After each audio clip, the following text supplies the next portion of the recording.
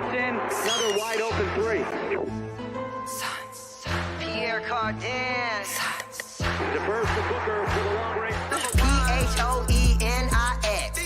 Phoenix Suns, and you know we up next. Yeah, we working for that championship ring. We the valley, it ain't nothing but a thing. P-H-O-E-N-I-X. Phoenix Suns, and you know we up next. Yeah, we working for that championship ring. We the valley, it ain't nothing but a thing. Hoo-yah! It's playoff time, bitches! Welcome to the Aussie Suns Fans podcast. I'm your host, Gavin, and we are here with Nate. How are you doing over there in beautiful Singapore, my friend? Mate, I'm loving it. What a way to finish the week. 6th spot. How can I not be happy? It's Monday and we've locked up the 6th spot.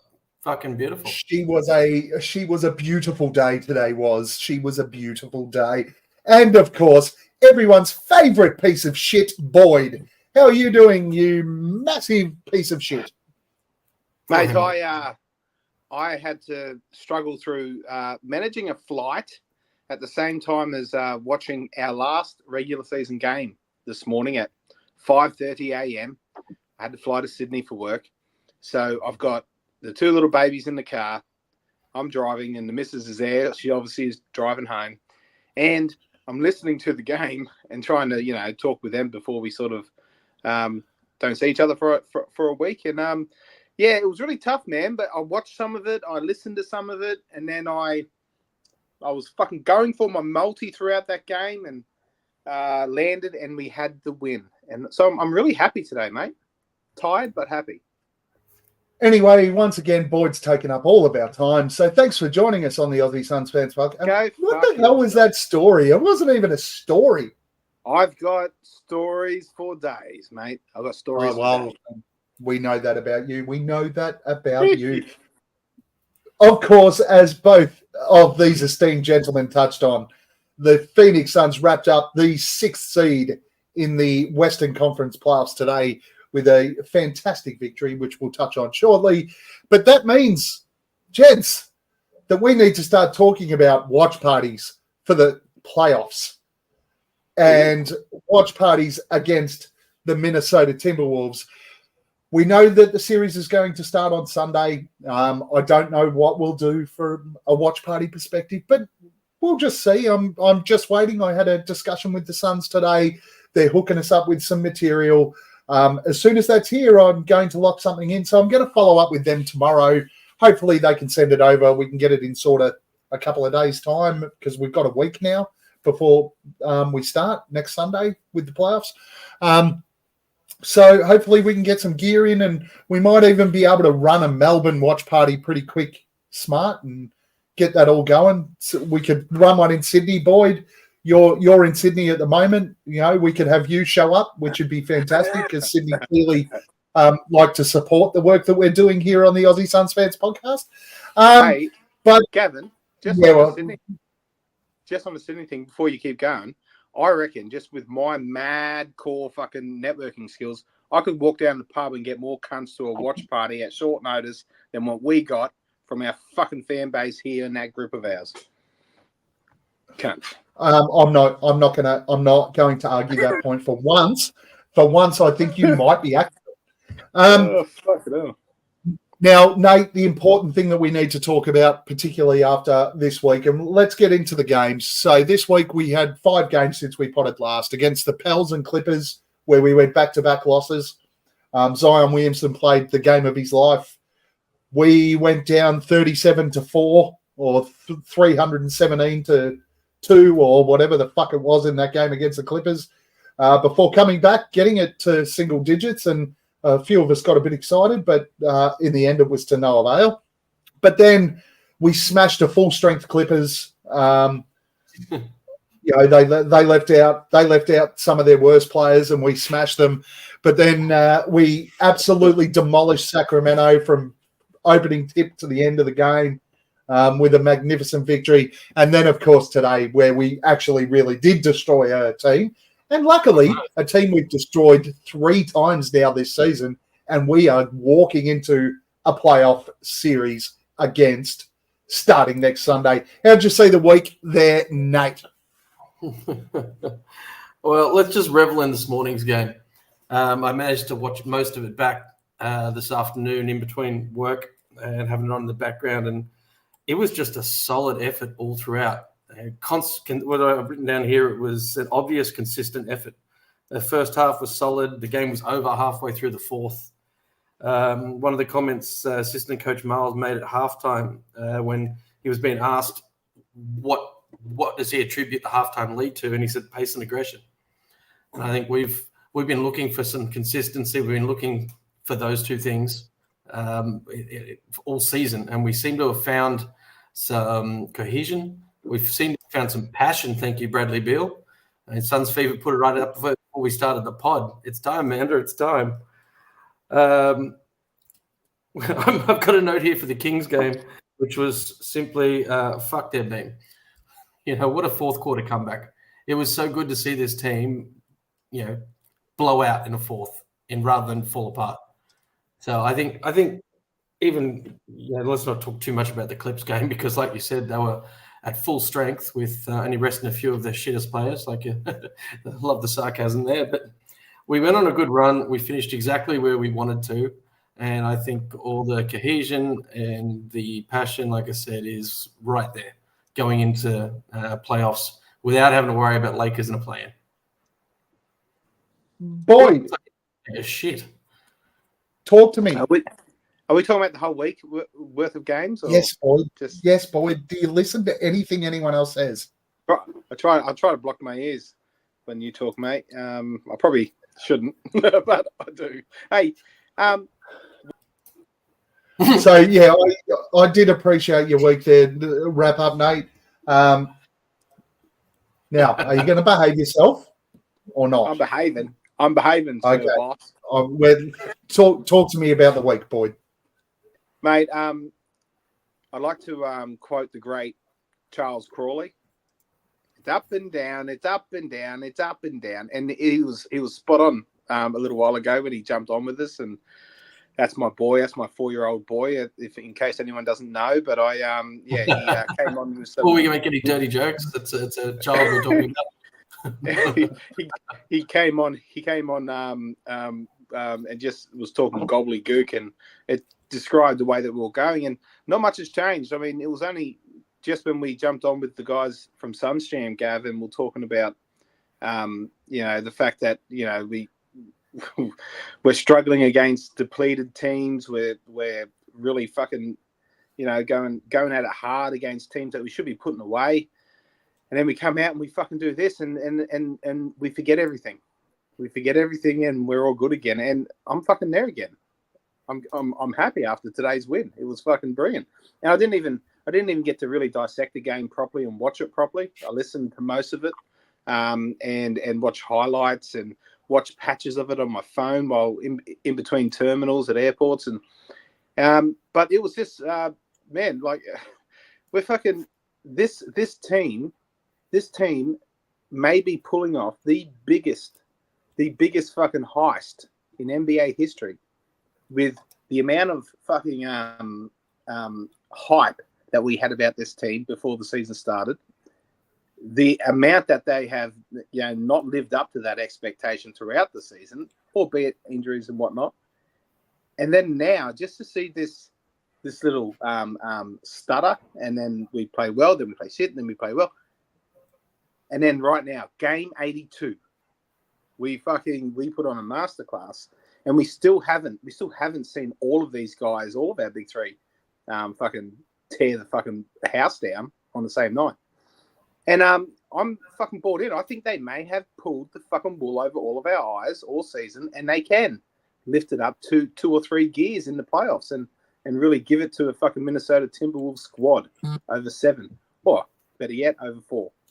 But anyway, yeah, I've really enjoyed this week. Just now with this cherry on top, though. If this cherry wasn't on top, are you still awake there, Gav? You still with us? You still with me? Fucking hell! I think somebody else. I think what Boyd's trying to say is every other team in the West right now is probably shitting in their pants. That's it, and they weren't fucking 4 or 5 days ago. Yeah, they were wanting us in the 7-game series. Wouldn't you agree, Cobby? This week was about one thing and one thing only. Bradley Emmanuel Beale turning the corner, showing everybody what a leader he is and what he is going to drag this team to. Look, he's not going to be the only one. I honestly, we've said it, Boyd, you and I said it early in the year. Nate, I'm pretty sure you agreed with us. This team wasn't built to win 64 regular season games. It wasn't a Devin Booker, McCall, CP3, DeAndre Ayton team to win 64 games. This team was built to beat Denver in a playoff series, to beat a Minnesota in a playoff series. This team was built for playoffs. The regular season, fine, we didn't perform quite as well as some of us might have hoped, and we do have those expectations because of the 64-win season, because it's right at the front of our minds. But the real season starts now, and all that matters now is 16 more wins. And that is all that matters going into the next couple of weeks. And the big thing for me this week, we saw for the first time this season Bradley Beale get past 20 consecutive games and have a look at the difference in his last 3 or 4 games. We've spoken about 20 games before. 20 games was the mark. And Bradley Beale's hit that now, and we've seen a completely different setup offensively from this team. And it exploded today. They love playing against this Minnesota team. And Edwards having a sook about the foul count today and the fouls that were called today, considering the fact that Minnesota had more foul shots, nearly by double, than what the Phoenix Suns did. And I know you and Brad have got a lot of respect for each other. The reason you respect Brad so much is because he whoops your ass. You are going to do nothing in this playoff series because you've done nothing all year. Bradley Beale has cooked you. And I'm really looking forward to, look, we are the Suns. We're going to have one game off. But this is a 4-1 series, surely. A 4-1? I can't disagree with that. I think that's we've already beaten 3 in a row. So fuck. We've got to give him one. We've got to give him one, Boyd. We've got to be nice to him. Give him one. I'm not giving him. Gentleman's sleep. Gentleman's sleep. I'm not giving him Gavin, shit. you were talking about how this team was built with the 60-odd games. We weren't built to go in winning 64, 65 games. We was built to build up and then play playoff basketball. One of the funniest things I've seen all week, it was I just made no tweets around the Celtics. Their award for getting 64 wins and the best record in NBA is Heat or Sixers in the first round. And we all know how Boston loves playing the Heat in the playoffs. Hey, that's when shit gets real for them. And we'll touch on the first round of playoffs as well, and the likely matchups of the first round of playoffs. But was a fantastic look. We're all up and about now because we're heading into playoffs finally. It's been a long season. We've had our ups and downs. As Charles would say, we've had our ups and downs and ups and downs and ups and downs. But we're there now. We're in the playoffs. No more ups and downs. Now we just play the game. Boyd, who was your player of the week? Bradley motherfucking Beale, my man. For obvious reasons. Player of the week. Do I need to say any more? I wouldn't have thought so, and that's the first time that we've kept you this restricted. So I'm going to move on and go, Nate, who's your player of the week? No, let's not. I'm happy with this. Nate, who's your player of the week? It's unequivocally Bradley Beale.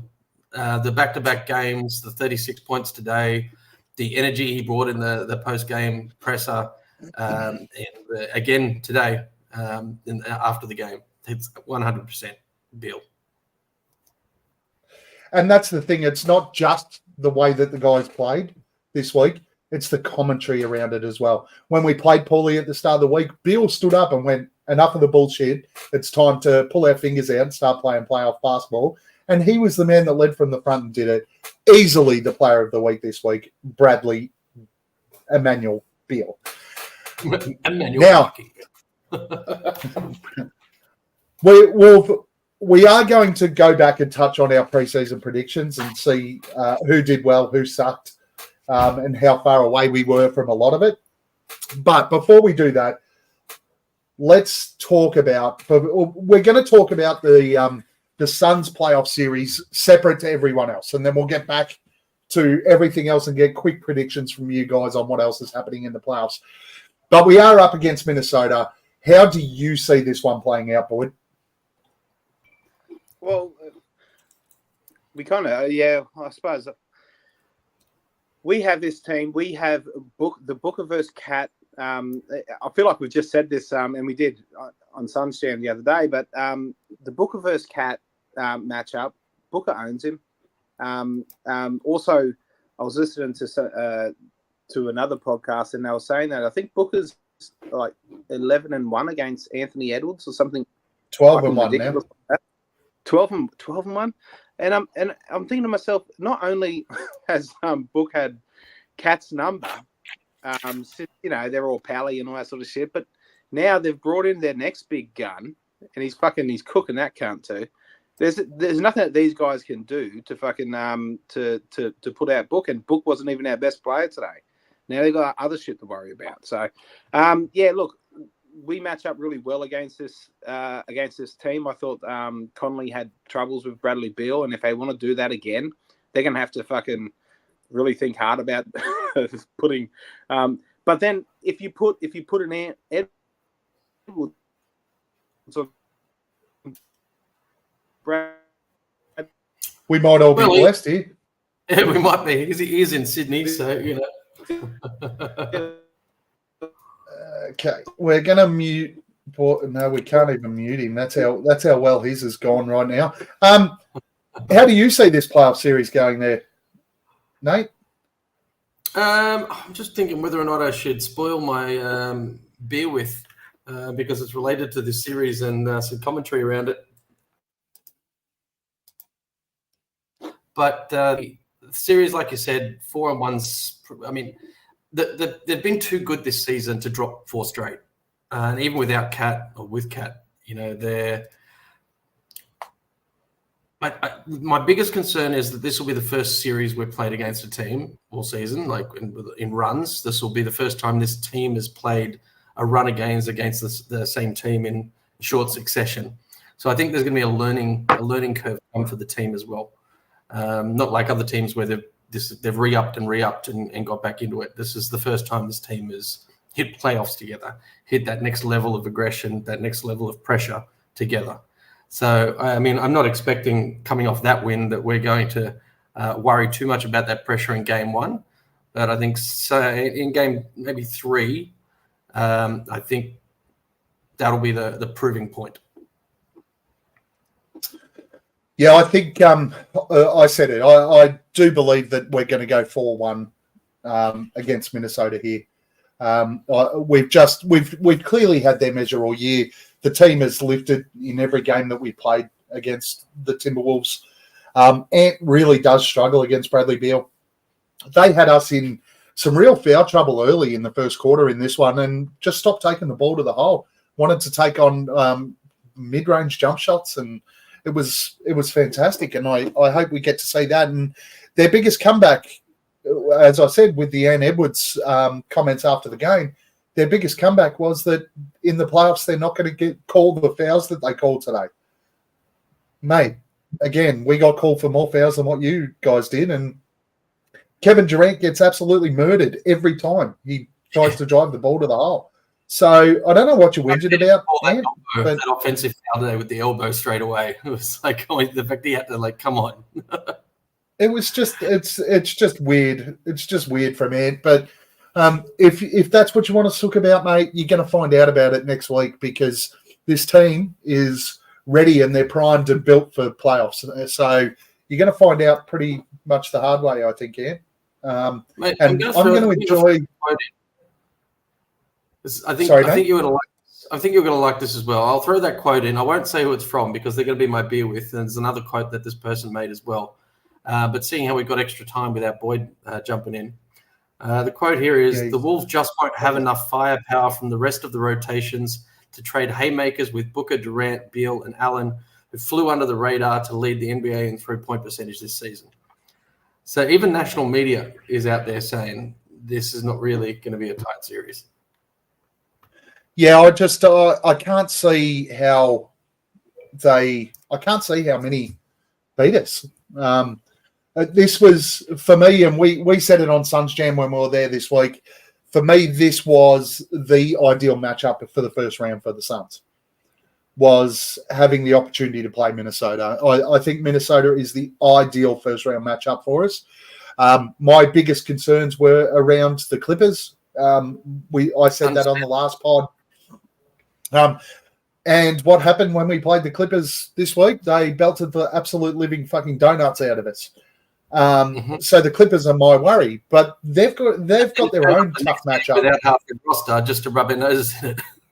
Exactly right, and we really struggled to knock them over. And I think we're going to see that the Suns will.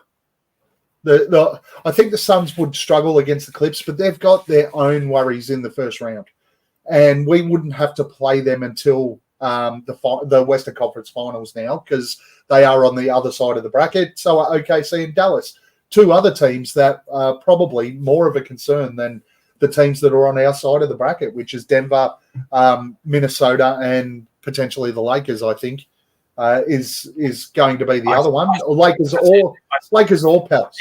No, but yeah, either way.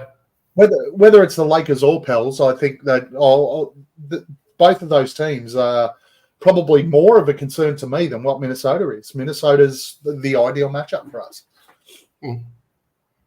I mean, I'm just hoping the Clippers and Mavericks beat the shit out of each other in that first round. Yes. Yeah, so look, literally beat the shit out of each other. Yeah, I want to see blood and broken bones and absolute chaos in that matchup. MMA. Yeah, and they're Boyd's in the chat now instead of on the pod. Boyd, we don't want to hear your excuses, mate. Get back on Wi-Fi and get into the pod. Anyone else who wants to replace Boyd, just let us know in the chat and we'll bring you in. We absolutely, and we'll talk about those ones as well. That the bloodbath, bring it on. Let's make sure we see as much of that as possible. Well, in saying that, Nate, that is obviously one of the matchups. So, how do you see the Clippers and Mavs series going? Are we going to do the whole play-in prediction now? Yeah, let's just run through and have a look at a couple of the series and see what your thoughts are. Well, I'll start from the play-ins because I haven't spent a lot of time looking at the first round, just how the first round was going to shape up after the play-ins. So we start with the Kings and Warriors for the play-in between 9 and 10. Look, I've got the Warriors lost their last to Toronto, Houston, Dallas, Pels, and Lakers. And the last time they played the Kings 7 games ago, they lost by 6 points. So 5-game losing streak to a team that really is well put together and put it to us as well. I don't think the Warriors will get up. So I've got the Kings going through for the second playing game. Looking at the Pels and Lakers, which you just obviously you've picked Lakers to go through.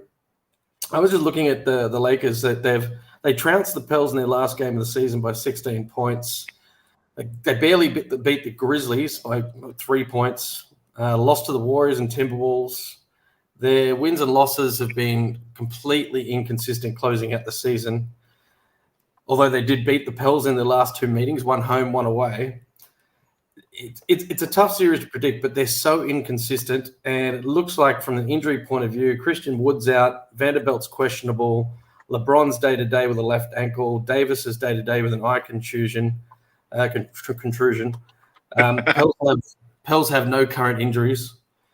I think the Pels are on a bit more of a consistent run as far as effort goes and what their team does. And I just trust LA to choke. So I think LA will push through, Pels will push through LA to fight it out against Nuggets in the first round, which puts Lakers and Kings in the last play-in game. And I would take the Kings every day of the week over the Lakers. They're just a far better team, more coherent, faster. And like I said, I just trust the Lakers to choke. So that's my West play-in. I'll let someone else talk before we look at the East. So you've got Sacramento taking on OKC and the Pels taking on Denver. Correct.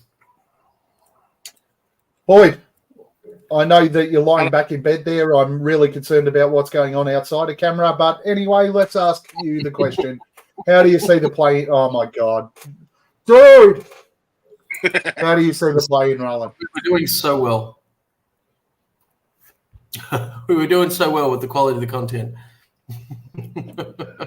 Boyd, how do you see the playing games going? Do you even know who's playing in the playing games? No, I don't. Tell me. Pick one, Kings or Warriors?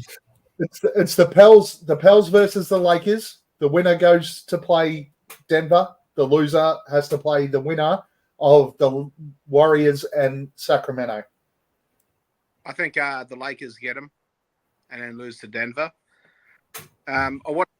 Actually, If the Lakers win, yeah, they'd play Denver. That's right. Yeah, and they lose to Denver quite handily.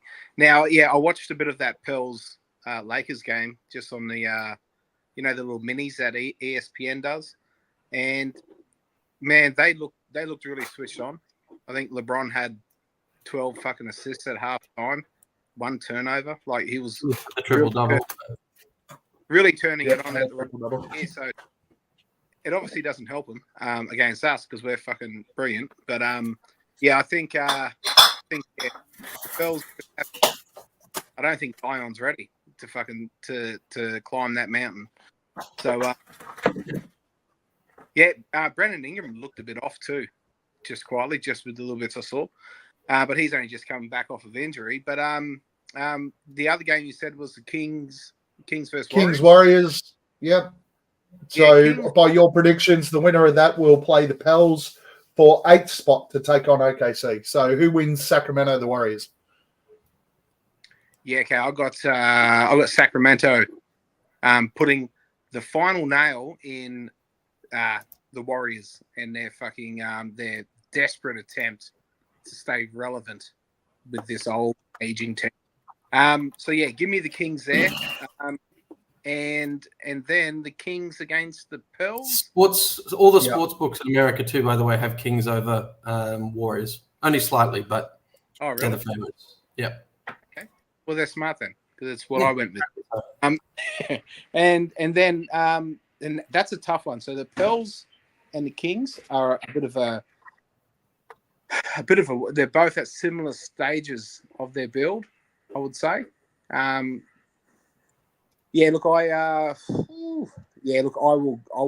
will back in the Kings. I'll back in the Kings there, just because I just like that 1-2 combo of De'Aaron Fox and Sabonis against Hard not to be scared by that. They're a great duo. They are. So I just think that they've got enough punch to get through there. So that would be the second playing game, would it? Yeah, so the winner of that game would play OKC. They'd become the 8th seed and play OKC. And then I'd pick whoever won that. Kings to have a good series against OKC. I'm really interested to see how that young OKC team, full of young up and comers, a really deep but inexperienced team, shape up in the 7-game series. So that'll be a fucking stonker. I mean, judging on this year's performances, I'd back OKC to win, but they're just mentally not as grounded as I would say the Kings are. And probably, that'd be a fucking ripper, that one, just quietly. Ash, the Kings have the home court in the game against the Warriors. Kings finished 9th, Warriors 10th. I am going with the Pelicans to knock over the Lakers. I think that you just said the opposite where we were just talking. No. You said the Lakers were going to play the Nuggets. Hold on. No. Did I? When? You did. You did, because I said I had just in my explanation to Boyd. Oh, that if the Lakers won, they'd play the Nuggets. Or maybe you were adjusting your explanation. I'm I'm taking the Pelicans because I think Larry Nance went out there today to deliberately hurt Anthony Davis, and I think he hurt him. AD hurt his back, had to leave the court. I think he is going to be stiff and sore, and in a one-game matchup on Wednesday, I think that the Pelicans are going to take the Lakers down. Then I think that the Warriors are going to beat the Kings. The problem I have with the Kings, and the only problem is they've really struggled since they've lost Herter and Malik Monk.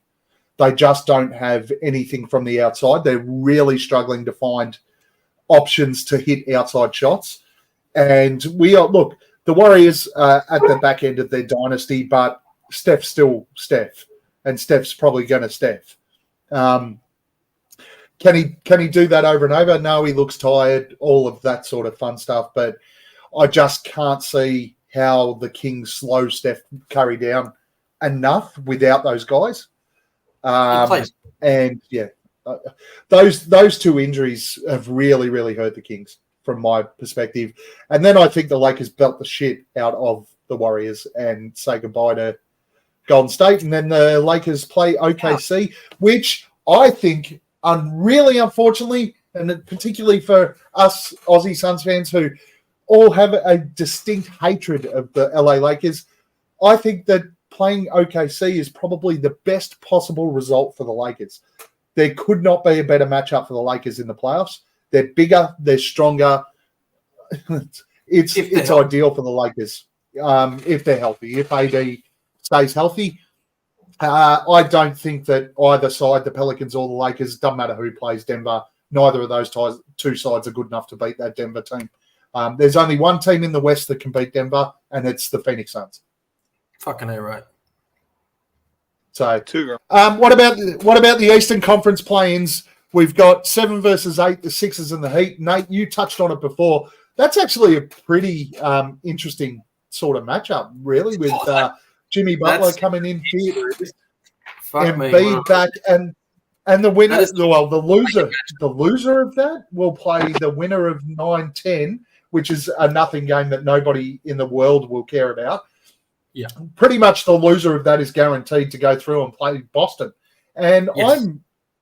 I'd be okay with either of those two teams taking on Boston in the first round. Boyd, please put it away, mate. Mate, let's start straight on the 76ers Heat game. It is literally the play-in game of the 4 play-in initial ones. That is the one. That is going to be like its own playoff series of 2 teams that could be top seeds. Looking into it, both teams are expected to be clean rosters, so full teams except long-term injuries from Rob Covington and Josh Richardson. You can never count the Heat out, but I don't fucking like them. The 76ers are at home and in form, so if you look at the end of the 76ers... Do you know who hates them more? The Celtics. It's very true. Look, the 76ers finished their season on an 8-game winning streak. The Heat were a little all over the place. And the last time the Philly played the Heat, they won. So they won. They beat the Heat on them. They gave them a 3-game winning streak, and they went on to win 5 more. You look at the Heat's last run home; it was a couple of wins, loss, win, loss, win, loss, win, win, and the 2 wins were against the Raptors. So I think the form goes to the 76ers. The fact that the 76ers will be at home. There was a note there that Bam averages 20 points a game, 13 rebounds, 4.5 assists, half a steal and a block this season against the 76ers. I don't think that's enough to beat them. So I've got the 76ers winning and going straight through to play the Knicks in the first round, which puts the Heat playing the winner of Bulls-Hawks, which, as you pointed out, Gav, is an absolute nothing game. I spent way too much time looking at this one. Atlanta looked to have some injuries. Capella's day-to-day. Seth Lundy, Wes Matthews, Okongwu, Jalen Johnson. Basically, Atlanta's relying on DeJounte Murray, DeAndre Hunter, and Sadiq Bey to beat the Bulls. I think they're 2 under. Oh, they got Trae Young back. Is he actually back? Trae's back. I did not know that. I thought he was not playing at all. It probably doesn't change anything because I think he's checked out and he's playing somewhere else next season. And I reckon this is the most irrelevant playing game of all time. Because these two are just playing to lose to either the Heat or the Sixers. And it's funny, I wanted to touch on your one, Nate, with the Sixers and Heat. I actually think that this, just because you don't have pants on, mate, don't start thinking about other things. I actually think that the Sixers' best path through Eastern Conference is via that side with the Knicks. But I think the Heat's best path is via the Celtics. Something happens to the Heat when they play the Celtics. So those two sides should just go, you know what, let's not bother playing. We'll just take the Celtics, you guys take the Knicks, and we'll see you in the conference final. Yeah, look, from that perspective, I don't think, even myself, if there was a Heat-Celt series, I'd back the Heat. Not because I think they can win, I just want them to. I just want the Celtics up. I've got an annoying friend also named Nathan who lives in Adelaide. And every time the Boston plays Phoenix and beat us, he gives me shit. He constantly reminds me who his team is. Like everyone who lives in Adelaide's annoying. That's just Adelaide for you. Boyd, how do you see this Eastern Conference playing going? Hey, I didn't finish. Oh, sorry, Nate. Keep going. You were talking about the Heat. I put more weight in Vooch and DeRozan and the Bulls having the home game than I do in Hawks leftovers on the road in a game where really the minute they fucking lose, they get on a plane and fly to Cancun and their team is blown up. Boy. Okay, so I have 76ers who are playing. Just read the screen, mate. Because that's what you're going to pick. 76ers beat Heat. Bulls beat Hawks. Heat beat Bulls. Celtics beat Heat. New York beats 76ers. And there's a lot of thought that went into that. And I just think East is just a really great conference. And that's all. If anyone has zero care about what's going on in the East, it's Boyd. There's a chance that the Phoenix Suns make a run to the finals, and Boyd comes on the pod and goes, "Who are we playing in the finals? Who are we playing again?" Hang on. So, who are the 76ers playing? Are they in the Heat, mate? The Heat. Is they're that in the play-in? That's a playing game, yes. Oh wow. I like the way that Embiid hasn't been a fucking carcass since he came back. I think he's got it in him to beat the Heat. I don't like how inconsistent the Heat have been leading up to the playoffs. But they're this every year. They were 8 seed last year too. I think Ashley's got a point in his comments though. They look cooked. Yeah, they do look cooked. It's a different Heat side, right? Heat do it every fucking year, and it's just going to be a magical Pat Riley, Spoelstra fucking master stroke. They will take him to some fucking hyper chamber. I don't think we're going to see that this year, to be honest. I honestly don't. I think the 76ers would beat the Heat right now. It's going to play. And well, it's a good thing they're playing right now, isn't it? Yeah. We're the first official playoff matchup, aren't we? There are no times yet. No times. Okay. Yeah, right. So, yeah. Anyway, yes, but I actually do agree that the Heat are pretty much cooked now.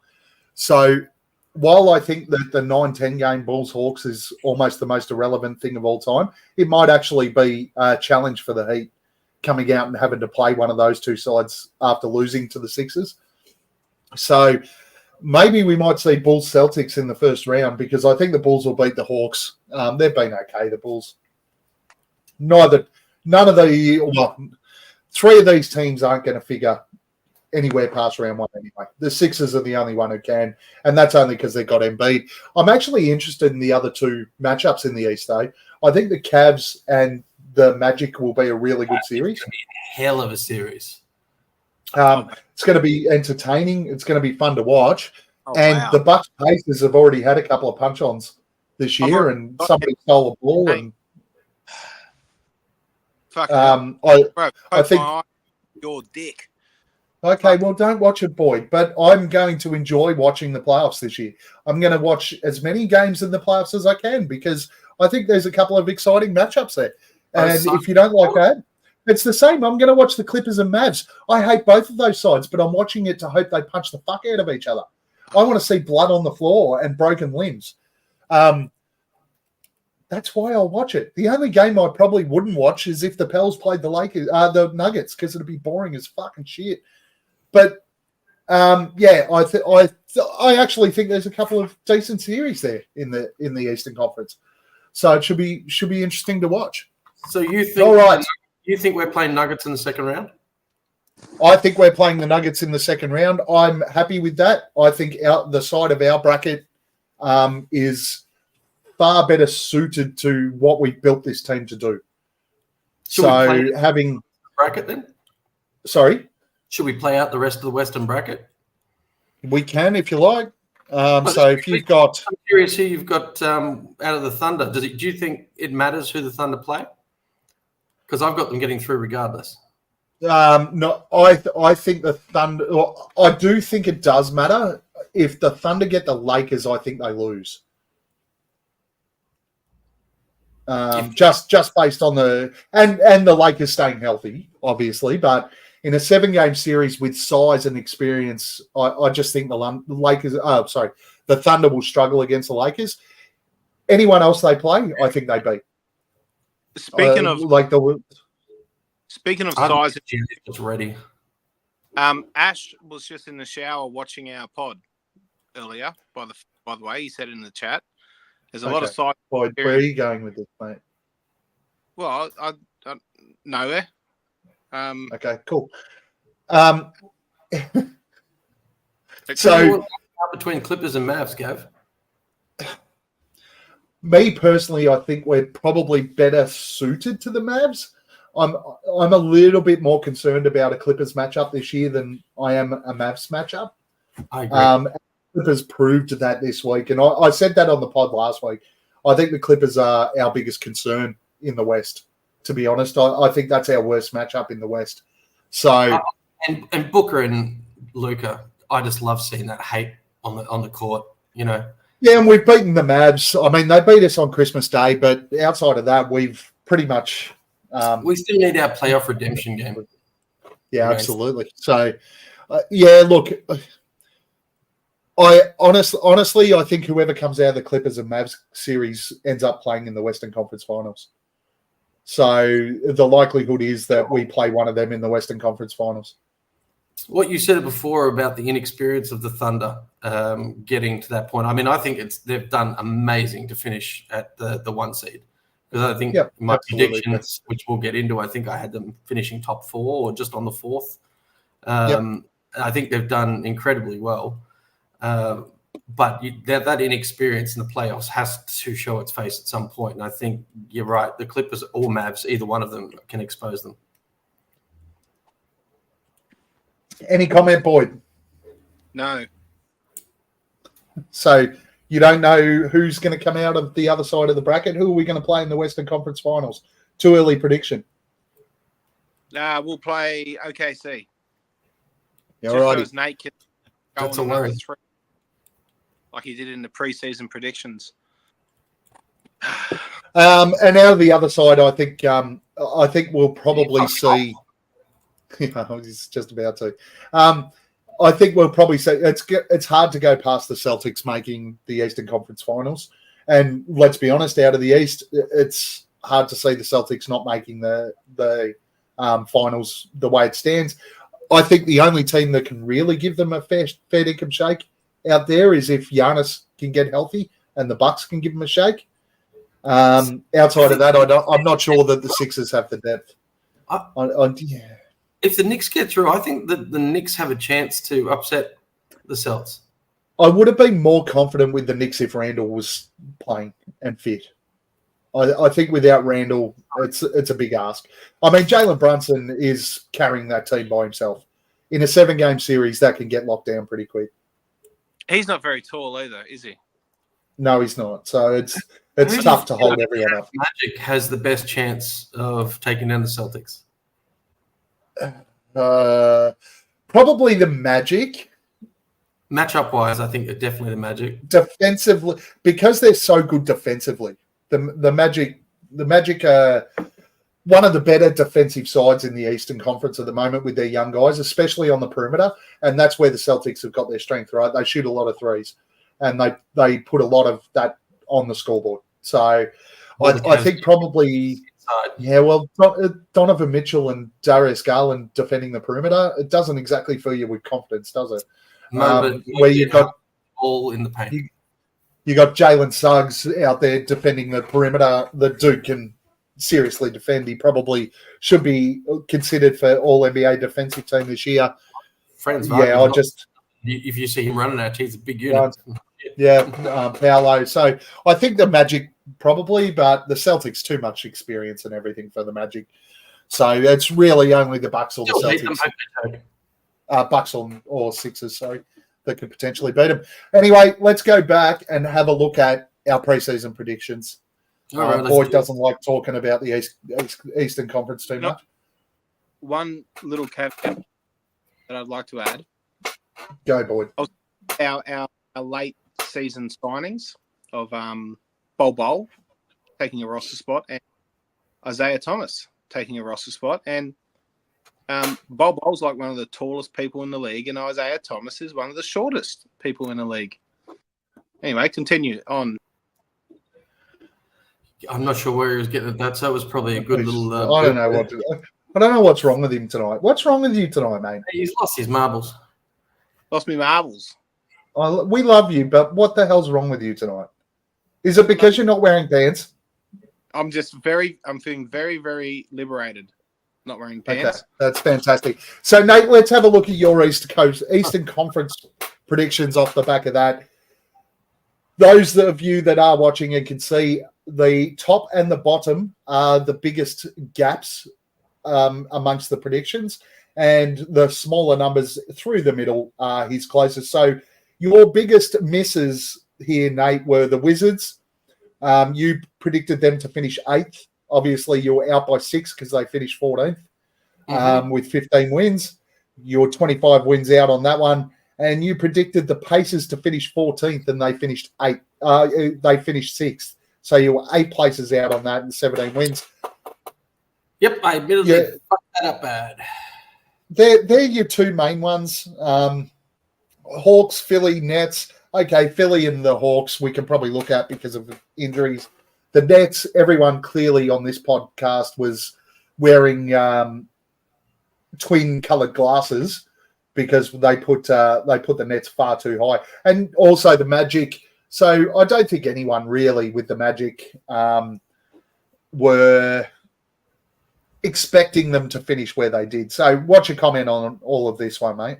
Look, it's the wins. So look at where I predicted the wins, and I remember going through and applying the wins to the Magic with not being able to see how each player grows and how the team gels makes it hard. And they really did gel this season.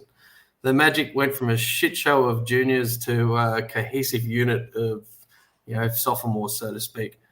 So good on them. I mean, I think everyone wanted to see them be better because they've been shit for so fucking long.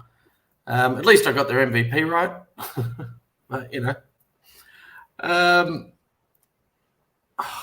What more can I say? I mean, I'm kind of happy about my Heat prediction. I had them falling off. I had them barely getting into the play-in. And that's right where they were. So I'm happy about that one. Then I got a few right. Steve, Trey as the Hawks MVP over Murray, you're dreaming. Trey Young was an all-star this year. And you're going to say that he's not the MVP over DeJounte Murray, who played some good games after Trey got injured? Come on, mate. Wake up to yourself. You, Nate, did in the Eastern Conference get 3 absolutely bang on, which was the most of everybody in our predictions. So you got the Bulls, Hornets, and Pistons all in the right spot. The interesting one for me was the Hornets. You got in the right spot, but you were 14 wins out, which was like your second or third maybe highest game differential. So That was an interesting one, but you got them right. MVP, look at my MVP. If LaMelo was there, I think those wins would have been there. But then That's possible. If the wins were there, the position would have changed. For me, my favourite one's the Bulls, to be honest with you, because we did this segment where we said pick one team in the East that wouldn't surprise you if they slipped through the play-in and then actually made a presence in the playoffs. And the Bulls were my team at the start of the season that I predicted for that. And obviously the wheels have fallen off and they've still landed exactly there. And we've predicted that they'll beat the Hawks, and then that will be the end of it. But for me, that was the one I remember. So that's your favourite pick out of the East? Oh, from my predictions, yeah. Yeah, for me, for yours was Cleveland. Picking them in third. That was a good get. Boyd, talk to us. Your worst predictions were the Nets and Heat, where you were 4 positions off each of them. And at the other end, the Magic and the Knicks, where you were 6 and 5 games off. You got 2 correct with the Pacers and the Raptors. Your biggest miss was the Pistons, where you were 20 wins off. And then the Celtics, 11 wins off. The Knicks and the Nets, 10 wins off in each of those. Looks like a bit of a shit fight, doesn't it? It looks a lot like a preseason prediction. But what about my MVPs? How close was I there? It looks like a shit show all over. You were pretty close. I like the way you picked a rookie at the Pistons to be the MVP. And trust me, I almost half considered him as their best player because the Pistons have been fucking horrible. He was. I think he lived up to expectations. He sort of came back there towards the end. He had a bit of a lull during his rookie season, but I thought he went all right overall. He'll do fine. But yeah, look. I think he'll be a good player. Yeah.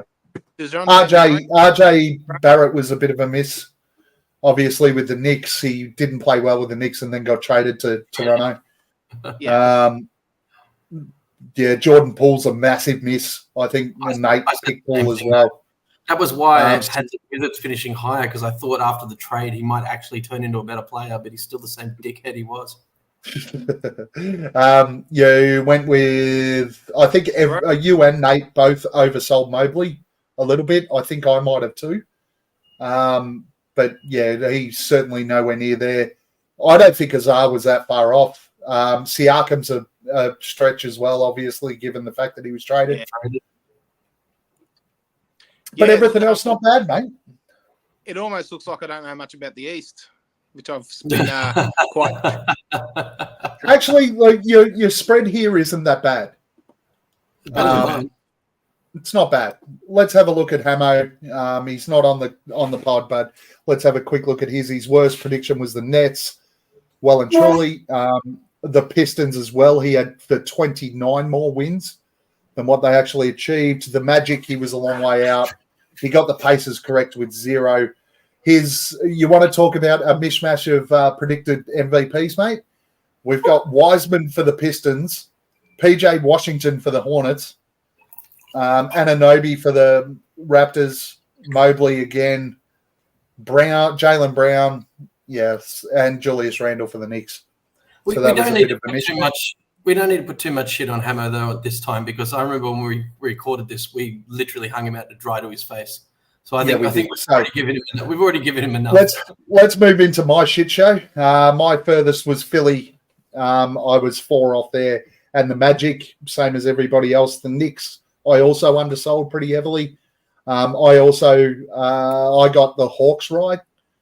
I think that, clearly Mobley was a bad selection. LaMelo Ball was a bad selection for MVP. But outside of that, I think I did all right with my MVP predictions.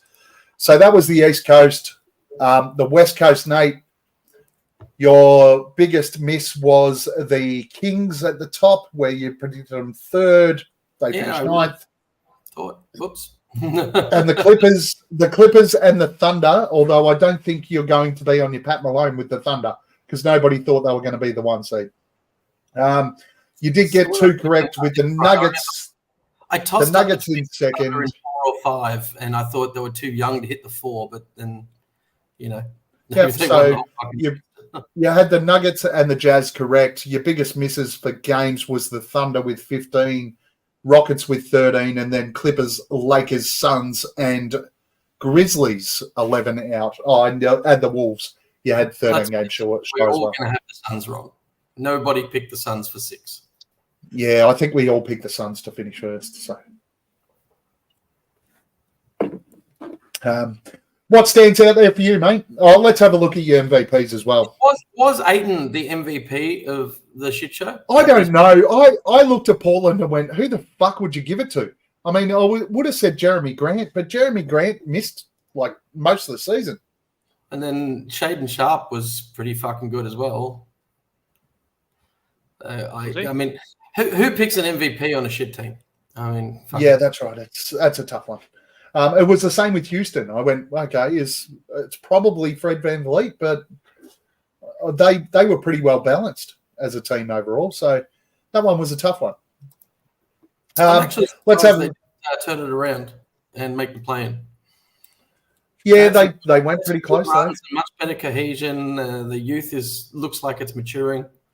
So. Actually, the big leaper for them in the second half of the year was Jalen Green, who, if his performance was spread out right across the year, he would have been the MVP for them. Boyd, here's your prediction of the West. Your biggest misses were the Grizzlies and Warriors, who you had 5th and 2nd. You missed out on both of those by 8 positions. And the Mavericks, that you had 12th, missed out by 7. Your biggest game differential was the Suns, because obviously you predicted 82 wins, so you were only 33 out. Then from there, you've got the Grizzlies, 18 different, although they had a lot of injuries, so I think everyone sort of had that. The Wolves, the Thunder, and the Mavs. What stands out for you here? Your predictions, you've got one really bad one, which is campaign for the Spurs, because he didn't play for them. He played for 3 different that, didn't he? Everything else, Desmond Bain was probably, if he didn't have the injuries, was probably the Grizzlies' best player. Scoot Henderson, well, we know what happened there. He didn't have a great season. Everyone else is, pretty, well, not far off anyway. Not far off. Yeah, man. You guys made me. Did I put 82 wins for the Suns? Yeah, you did, mate. Or is that 62? My screen's really little. It's 82. Yeah, God bless my cotton socks. Look at me go. Should have won all 82. I predicted them all throughout the year, week to week, and it's a little bit. We got ripped off. Fucking referees, eh? What's his name? Terry Porter. That Terry Porter. Fuck him, Donaghy. But yeah. Well, you got the Lakers spot on, and you got the Nuggets, Spurs, Jazz, and Blazers pretty close as well. So not bad. Not bad. Good on you, Boyd. Let's look at your shithouse ones. Let's look at Hamo's first. So his worst were the Grizzlies, Warriors. He predicted the Suns to finish second, so he was closer than everyone else. Thunder, Wolves, miles off. Clippers, miles off. Everything else pretty close. Between 0 and 3, got the Jazz and Pels right. If we have a look at his votes for the MVP, Marcus Smart certainly did not win the Grizzlies. Ben Simmons, or is that Anthony Simmons for the Blazers? Probably not. Alvarado for the Pelicans, definitely not. Reggie Bullock doesn't even play in the NBA anymore, I'm pretty sure. No one for the Wolves, and Westbrook for the Clippers. So probably a few missed ones there, I would have thought. Hey, here's Go back. I actually don't think the Anthony Simmons, in retrospect, was a bad choice for Hammer. No, he just missed a lot of games. He did, but I looking back on that now, that's actually not such a bad pick. Yeah, it's not bad. That whole team is shit, and that guy got his upcomings, Yeah, I think that's it was a reasonable selection. For me, my biggest miss was the Grizzlies, like everyone else. The Thunder, like everyone else. Shit, I picked the Thunder to finish 10th. That's how well I did. The Clippers, fair way out. The Wolves, fair way out. Mavs, Pelicans, Rockets. Yeah, I was out everywhere. I got 4 right on this one: the Blazers, the Jazz, the Nuggets, and the Spurs. So pretty much one of the top 2 teams and 3 bottom teams was all I got right. My MVPs, I picked Scoot as well, which is horrible. I did pick Jalen Green, so I did see a little something there for Jalen, and everything else is pretty much the same as everyone else. So, what do you think now after you've seen your predictions, lads? Have you guys got an MVP locked in for the Suns? The actual MVP for the Suns regular season? I haven't given it any thought. It's a good question. I did on there put Devin Booker, but it's got to be between Book and KD, clearly. But which way do you vote? Who are you picking? Nate? Yeah. Just off the top of your head. And then we can put thought into it and do it in a couple of weeks.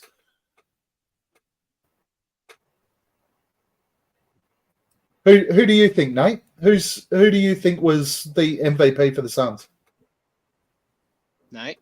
I'm probably going to have to go with Kevin Durant, to be honest. If you look at the entire season, he did exactly what we brought him in to do. He looked like he was carrying the load for too long for a while there. And thank God we have Bradley Beal, who managed to, I reckon, be that corrective influence in attitude that keep the 3 superstars working. Boyd? Yeah, so you guys would have seen that really cool stat with both Booker and Durant at 27.1. Exactly the same average, exactly the same shots per game. Right down to the point decimal of attempts and points per game. Fucking unbelievable. And that's why it's so hard. So in spurts, Booker was like the best player on this. He had more games than Durant. And I think Durant, because he like you said, Nate, he did carry the load for so long without Booker or Beal. He probably did that more out of the big 3 of carrying the load by himself. I don't remember any particular stretches where either Beal or Booker carried the load without the other. So I'm thinking, I still think that Book is... It's probably KD, right? It is because of the intangibles that go along with what happened throughout the season with the injuries. I think you have to give it to KD. I still think Book is the alpha on the team. Yeah, I agree with that. He is the guy. But this late spurt from Bradley Beal just makes me wonder if he had his where he would be now. Could you imagine? You think of the fact that he's hit this leadership groove, this production. There's all this shit that he's doing with, was it 20, 23 games under his belt in a row, Gav, you were saying earlier? Yeah, 23. Could you imagine a more fortunate injury season for Bradley Beal where he could be now? I mean, I'm not saying he would eclipse either one of them guys, but the gap, I think, for the season is it's quite large from Book and KD down to Brad. But I think he's closing it really quickly. I just think it'd be a much harder decision if he had some help. But So secondary question. Secondary question for you guys: was Grayson Allen the deserved winner of the Marley Hustle Award? Absolutely. In my view, I was extremely happy when I saw that he got awarded, because obviously you all know I'm a Marley fan and I love the reason that award is given, and I absolutely think that was a great choice. Boyd?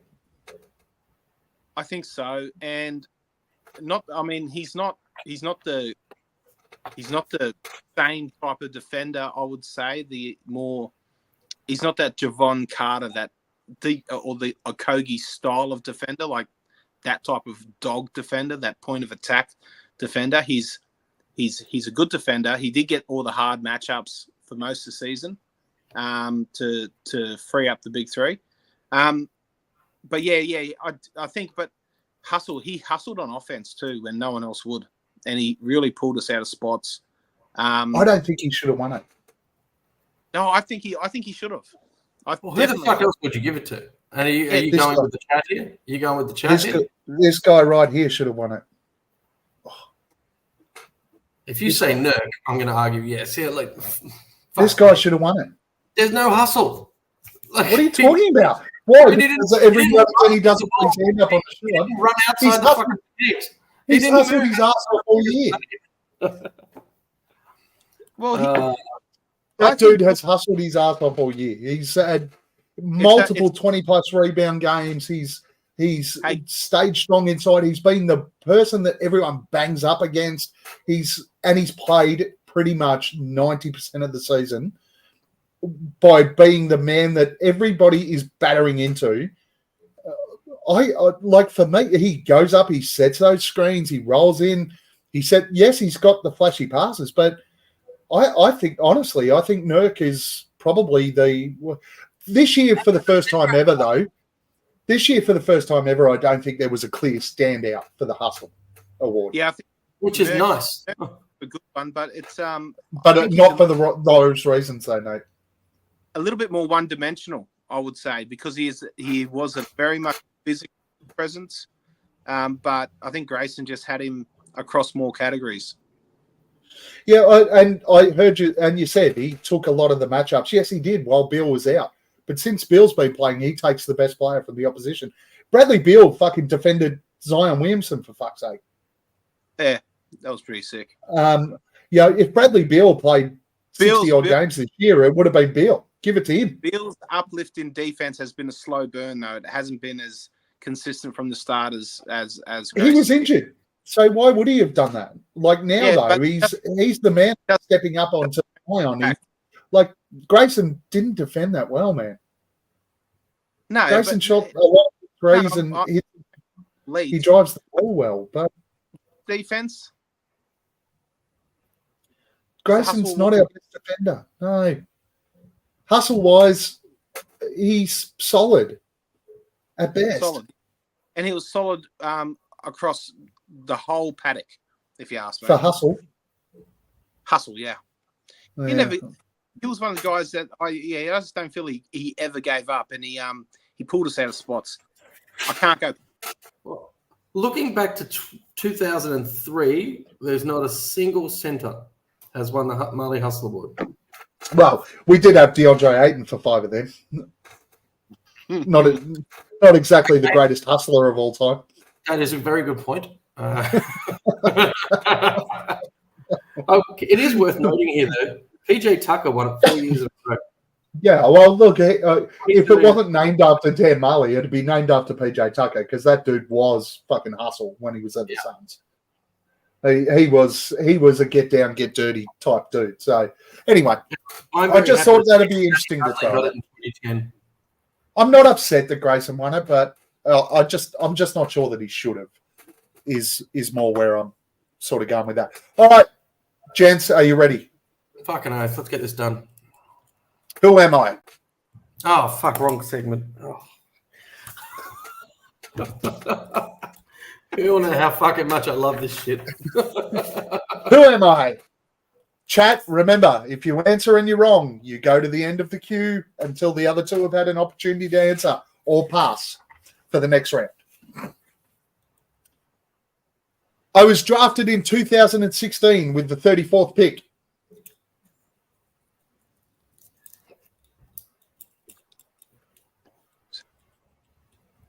I'll get this in a minute.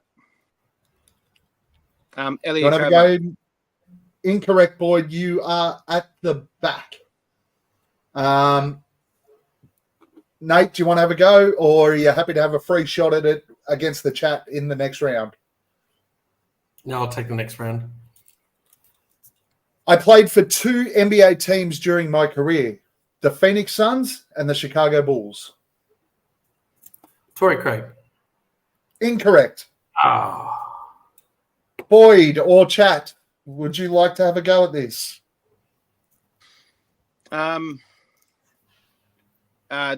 George King. Incorrect. So both Boyd and Nate are in for the next round. And the chat, if you want to have a guess, you got about 4 seconds and stop Googling. You fucks. I know that this is probably going to end this round of Who Am I, but let's go anyway. I wore number 8 for the Phoenix Suns.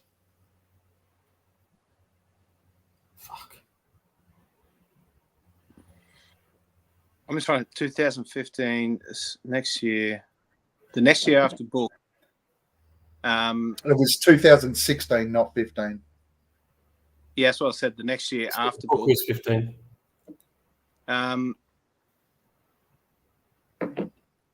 Anyone want to have a guess?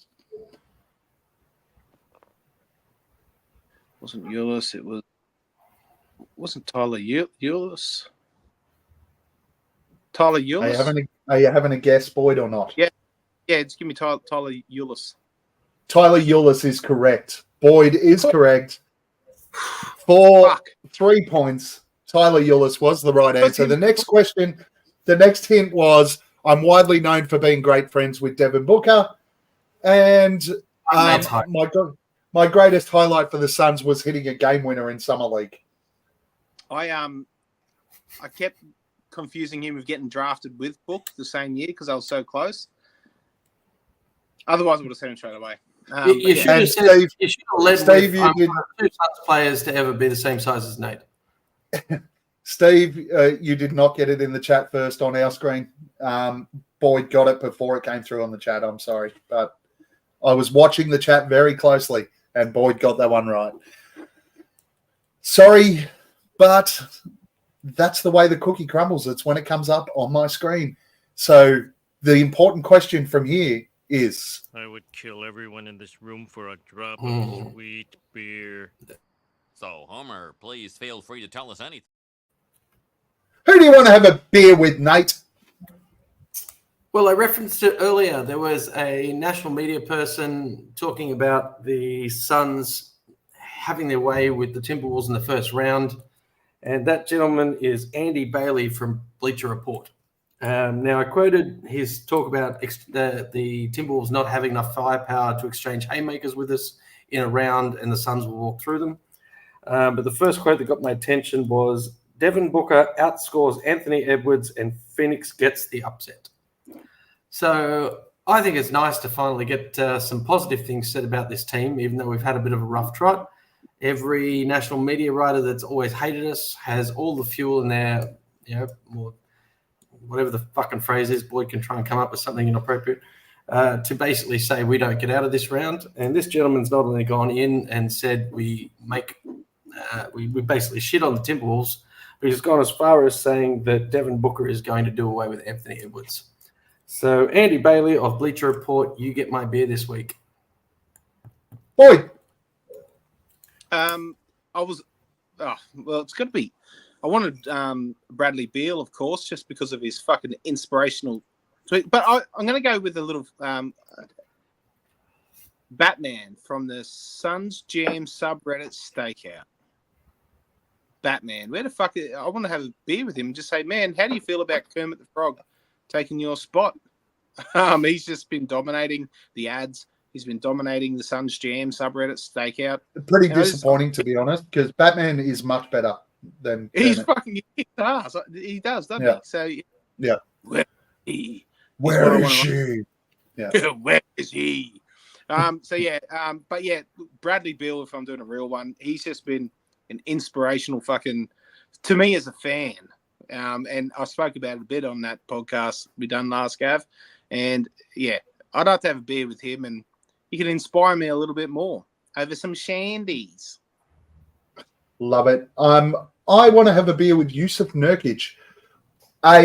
To just chat to him about some of the Twitter gold he puts out there, like smacking Skip Bayless upside the head today, which was fantastic. But I'd also like to ask him why he's running around blocking Suns fans. Like, come on, dude. These people mostly are out there supporting you, but you shouldn't be blocking these Suns fans. But keep smacking people like Skip Bayless upside the head because I enjoyed that. Bill Simmons one? Yeah, sorry, Bill Simmons, not Skip Bayless. Bill Simmons. I'll Slap.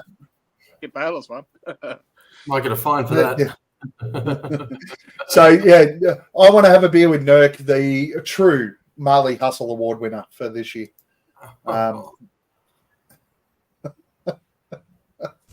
Time for the flog of the week, and trust me, they are ugly, very unattractive. Google their face when you're done here. On Nate's flog list, I might have just jumped up a few places. But anyway, Nate, who's your flog of the week? Fortunately, I've already got two contenders, so you're only going to run a third, which isn't worth a mention. I'll start with my other flog. This is the one that finished second. I forget where I saw it, but I'm pretty sure it was in our Facebook chat group for the Aussie Suns fans, where someone actually said that we lost the Bradley Beal Chris Paul trade. I've seen it so many times on Twitter and on our chat, and oh my God. That fucking irritated me, and especially watching these last two games and the commentary that Bradley Beal did post-game. So let's not give that any more airtime. Probably that. Yeah. I'm going to thank Jono from the Aussie Suns Fans Facebook chat for bringing Pro Pels Talk to our attention. So after the game, the Pro Pels Talk posted, the Suns have the worst broadcast in the NBA, and it's not even close. It's just Eddie Johnson bitching and complaining for 2 hours. It makes you really appreciated, that's how good his grammar is, AD and Joel. The best part, A, fuck him. B, Eddie Johnson gets on there and replies, we'll enjoy the play-in. Yeah, I know. That was so good. That's why it wins, because there's a fucking comeback to the flog from the guy that it was made about. So, yeah, that's my flog. And it's funny because listening to K-Ray and EJ, those guys are the least two like whingers in the NBA. On some of the broadcasts I've listened to, EJ is more than happy to sit there and go, the Suns need to stop whinging. He calls out Devin Booker all the time. He needs to stop getting so frustrated and whinging about it and playing the game. He got called for a foul. Get over it. Like, EJ's great. Anyway, I agree with that. No rose-colored glasses, just spades a spade. Boyd. Okay, so my real one is going to be Vogel for just playing fucking Thad Young. Enough in that small ball lineup when we fucking needed it at many times in our little lulls over the last week or so. It just annoys me. Lost lulls. Lull, loss, and even in our lull wins. And also I'd like to the flogs, the Aussie Suns fans chat who fucking go on about AFL all the fucking time. Cunts. They're just fucking, yeah, kids.